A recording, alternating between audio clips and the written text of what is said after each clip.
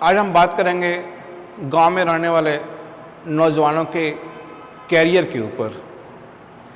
एक बड़ी बहस का मुद्दा है और ये सवाल बहुत बार मेरे सामने आता है। बहुत सारे लोग मैसेज भी करते हैं, सर कौन सा कोर्स करें, कहाँ से करें, कौन सा कोर्स अच्छा है, कौन सा कोर्स ख़राब है, हमारे पास ऑप्शन क्या हैं आगे बढ़ने के 10वीं के बाद या 12वीं के बाद। तो ये बड़ी ज्वलंत मुद्दा है। आमतौर पे अगर सच कहा जाए तो इसके ऊपर स्कूल में, कॉलेज में बात होनी चाहिए और स्कूल में, कॉलेज में एक कैरियर काउंसलिंग डे होना चाहिए। जैसे आप दूसरे डे सेलिब्रेट करते हैं, टीचर डे, चिल्ड्रन डे, उसी तरह से स्कूल में एक कैरियर काउंसलिंग डे होना चाहिए। वो आप क्वार्टरली रख लें, बेहतर रहेगा, मीन्स 3 महीने पे,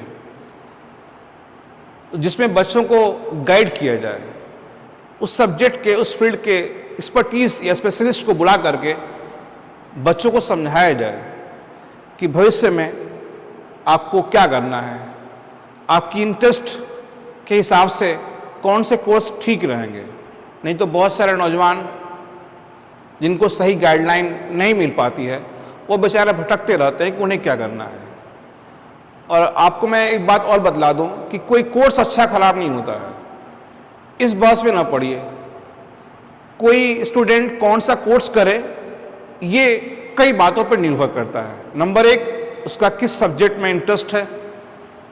नंबर 2, आजकल स्कोप किसका है, मार्केट में डिमांड किसकी है।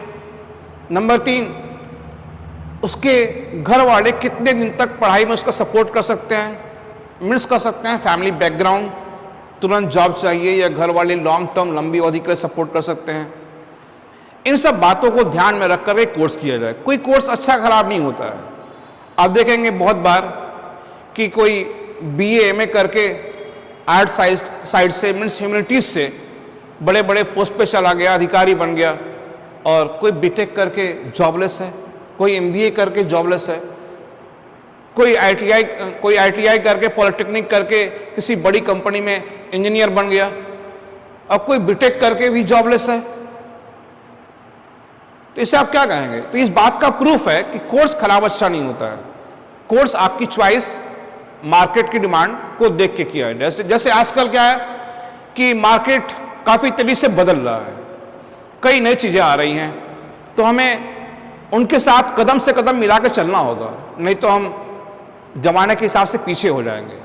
आजकल बहुत सारे लोग कह रहे हैं कि कोई ना कोई स्किल सीखिए, हुनर, ये भी अच्छी बात है, लेकिन क्या ट्रेडिशनल कोर्स में जॉब नहीं है? ट्रेडिशनल कोर्स में भी जो पुराने कोर्स हैं उनमें भी जॉब है, लेकिन अलग अलग चॉइस, अलग अलग कंपटीशन है।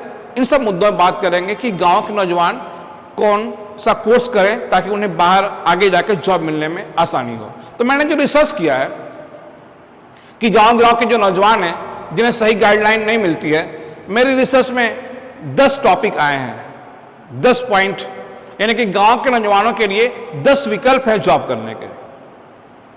और सिर्फ विकल्प पे बात करने से नहीं होगा, आपको हार्डवर्क करना होगा।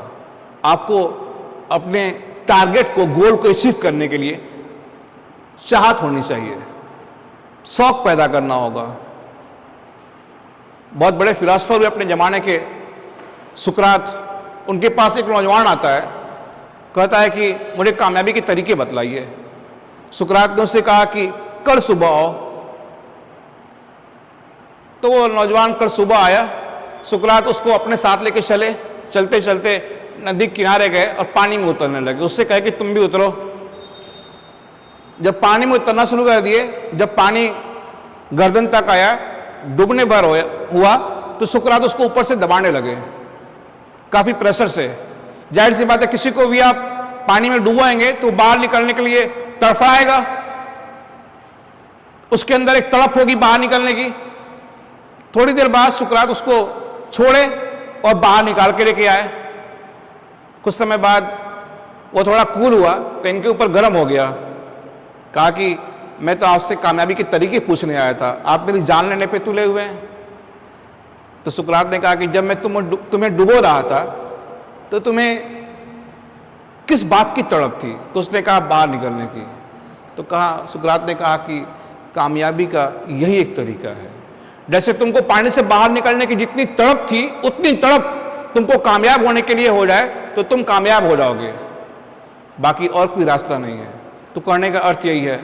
मैंने कहा कि मेरे रिसर्च में 10 कैरियर ऑप्शंस हैं जिनको चूज करके आप आगे अपना करियर बढ़ा सकते हैं। लेकिन वही बात कि सिर्फ चूज करने से नहीं होगा, आपको हार्डवर्क, डेडिकेशन दिखाना होगा और आपके अंदर कामयाब होने की एक तड़प होनी चाहिए। सिर्फ टारगेट बनाने से काम नहीं चलेगा, उस टारगेट को अचीव करने के लिए आपको दिन रात, हर लम्हा, हर घड़ी उसके बारे में सोचना पड़ेगा। तो आइए आज बात करते हैं कि गांव के नौजवानों के लिए जो 10 करियर ऑप्शन है उनमें क्या क्या है। नंबर 1, गवर्नमेंट जॉब, सरकारी नौकरी, जिसको बोलते हैं पब्लिक सेक्टर जॉब। तो गांव के नौजवानों के लिए आज भी सरकारी नौकरी प्राथमिकता में रहती है। बात सही है, क्योंकि इसमें सिक्योरिटी है, इसमें एक सामाजिक बढ़त भी मिलती है, सामाजिक सम्मान भी मिलता है। लेकिन सरकारी नौकरी या गवर्नमेंट जॉब में काफी टफ कंपटीशन है, सीट कम रहती हैं, भीड़ काफी अधिक है। तो इसमें हार्ड वर्क तो करना ही करना पड़ेगा, प्लस आपको प्लान भी लेकर चलना पड़ेगा। कई बार ऐसे नौजवान जो 0.5, 0.2, 0.3 नंबर से या परसेंट से छट जाते हैं, अब वो बेचारे क्या करें? उनके लिए बेहतर होगा कि वो प्लान बी भी लेकर चलें। तो प्लान ए सरकारी नौकरी के लिए आप कर रहे हैं तैयारी, तो कर सकते हैं, लेकिन सरकारी नौकरी सिर्फ फॉर्म भरने से नहीं मिलेगी। मैं अपने इलाके में बहुत सारे नौजवानों को देखता हूं, फॉर्म भर दिया, तो फॉर्म भरने से जॉब नहीं मिलेगा भाई, वो भी गवर्नमेंट जॉब। फॉर्म भरना गवर्नमेंट जॉब की आखिरी स्टेज है। पहली स्टेज है टारगेट सेट करना गवर्नमेंट जॉब के लिए, दूसरा स्टेज है आपको सिलेबस जुगाड़ करना। टारगेट मीन्स आप किस जॉब में जाना चाहते हैं, SSC, bank PO, police force, army, navy, officer grade में, एसएससी में कहां जाना है आपको? बहुत सारे ऑप्शन है, टीचर बनना है, प्रोफेसर बनना है, क्या करना है आपको? जज बनना है, वकील बनना है, मीडिया में जाना है, क्या करना है?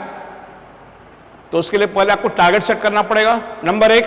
नंबर 2, कंपटीशन की तैयारी करनी पड़ेगी, उसके लिए सिलेबस, नोट्स का जुगाड़ करना पड़ेगा। किसी सब्जेक्ट में आप कमजोर हैं तो ऑनलाइन ऑफलाइन कोई कोचिंग या किसी टीचर से सलाह ले सकते हैं। वैसे आजकल पढ़ाई काफी इजी भी हो गई है, आसान भी हो गई है।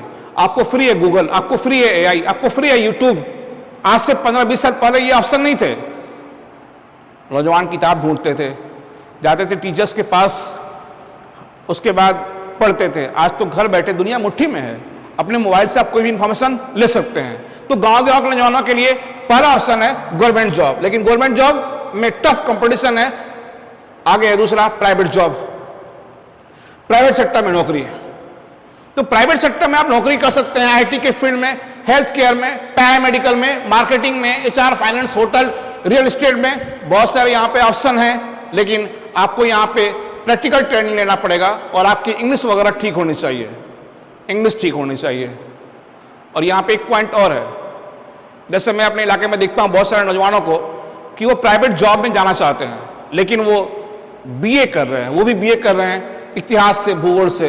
तो भाई अगर आप प्राइवेट सेक्टर में नौकरी ढूंढ रहे हैं या आप प्राइवेट सेक्टर में जॉब करना चाहते हैं, तो आप बीए किए हैं इतिहास से, भूगोल से, तो भाई किसी भी कंपनी के ऑफिस में आपको किसी का इतिहास नहीं लिखना है, वहां पे भोजपुरी मोड़े तो हिसाब किताब करना है, अकाउंट मेंटेन करना है। तो अगर आप प्राइवेट सेक्टर में जॉब चाहते हैं तो बेहतर है आप बीकॉम करिए, या फिर अगर आप बीए भी कर रहे हैं तो बीए इकोनॉमिक्स से करिए।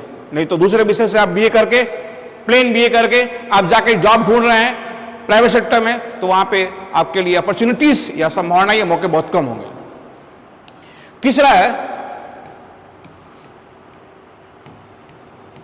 तीसरा ऑप्शन आपके लिए है विदेश में नौकरी, एब्रॉड जॉब, जो कि आजकल काफी चल रहा है। बहुत सारे नौजवान टारगेट बना के रखे हैं कि हमको बाहर जाना है। ठीक है, ये भी एक अच्छा विकल्प है, इसमें तनख्वाह अधिक रहती है, और खासतौर से गल्फ कंट्रीज में जैसे सऊदी में, यूएई में, कतर, ओमान वगैरह में आजकल जॉब की काफी अपॉर्चुनिटी है, तो आप बाहर भी जा सकते हैं जॉब करने के लिए। तो गांव के नौजवानों के लिए पहला विकल्प सरकारी नौकरी, दूसरा प्राइवेट जॉब, तीसरा है एब्रॉड जॉब, बाहर।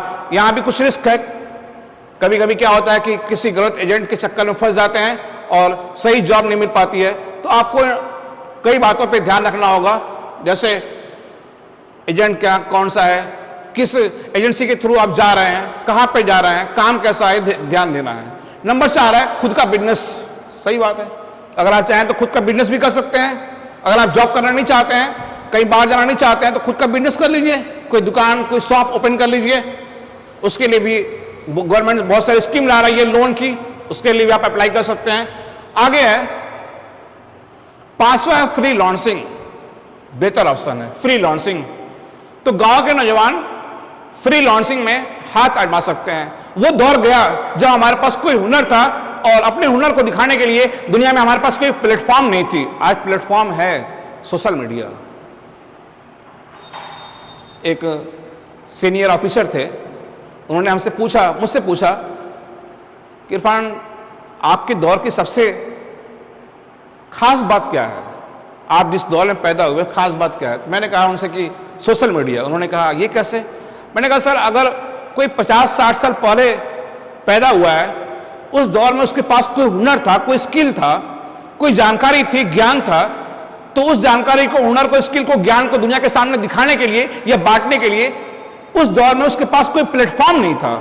आज आपके पास कोई हुनर है, कोई ज्ञान है, कुछ भी XYZ, कुछ भी कोई जानकारी है, तो आप सोशल मीडिया प्लेटफॉर्म पे आओ आप यूट्यूब पे आइए, आप फेसबुक पे आइए, आप ट्विटर पे लिखिए आर्टिकल्स, अपने हुनर को दिखाइए, पढ़ाइए आप कोई सब्जेक्ट।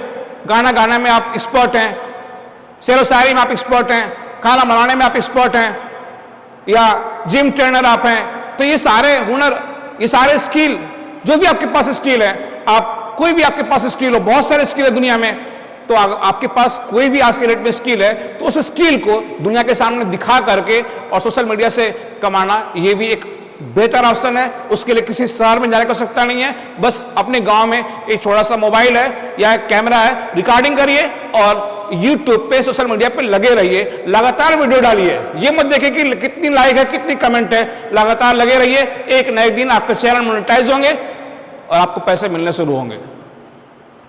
तो फ्री लॉन्सिंग भी एक अच्छा विकल्प है। अगला है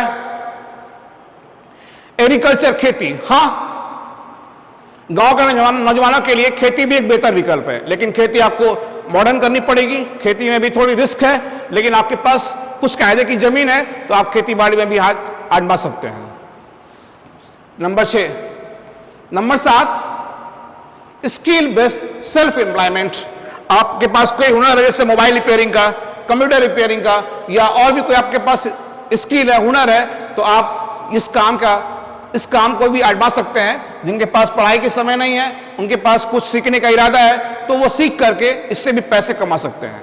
अगला पॉइंट है नंबर 8, लोक कला और डिजिटल प्रतिभा। यस, वही बात जो मैं बोल रहा था। आपके पास कोई हुनर है, जैसे शेर व शायरी करने का, गजलें पढ़ने का, कविताएं पढ़ने का, या आप कोई लोकगीत गाते हैं, तो आप आज की डेट में उसको सोशल मीडिया पे या किसी भी ऑनलाइन प्लेटफॉर्म पे शो करिए, उससे भी आपको अच्छे व्यूज आने पे आपको पैसे मिलेंगे। अगला पॉइंट है नंबर 9, सामाजिक काम। जैसे आप देखे होंगे गवर्नमेंट की बहुत सारी स्कीम चलती हैं गांव ग्राम में, CSC, जन सेवा, पंचायत सहायक, आंगनबाड़ी, इसमें भी आप ट्राई कर सकते हैं जॉब के लिए।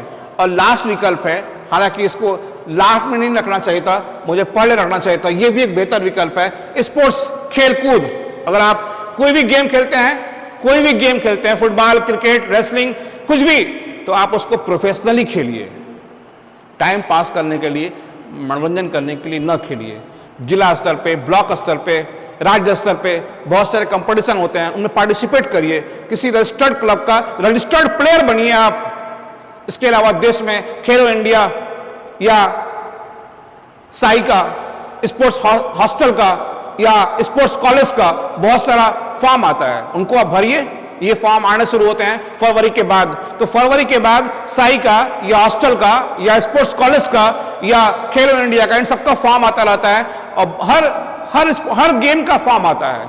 इनको आप फॉर्म को भरिए, अपनी तैयारी करिए और जा करके हॉस्टल, कॉलेज ज्वाइन करिए। वहां से बेहतर गेम दिखा करके आप नेशनल टीम में, स्टेट टीम में या आगे बाहर ट्रायल देके उसमें सेलेक्ट होइए। सेलेक्ट होंगे तो आपको 2 फायदे होंगे, आपको एक प्लेटफॉर्म भी मिलेगा अपने गेम के हुनर को दिखाने का, और प्लस उसके आधार पे आप जॉब भी पा सकते हैं। तो खेल को मनोरंजन के तौर पे आप न खेलिए, टाइम पास करने के लिए सीजनल मत खेलिए। आप किसी रजिस्टर्ड क्लब के रजिस्टर्ड प्लेयर बनिए और कायदे से खेलिए। गेम में भी काफी अपॉर्चुनिटीज हैं, संभावनाएं हैं जॉब की, आप उसमें भी ट्राई कर सकते हैं।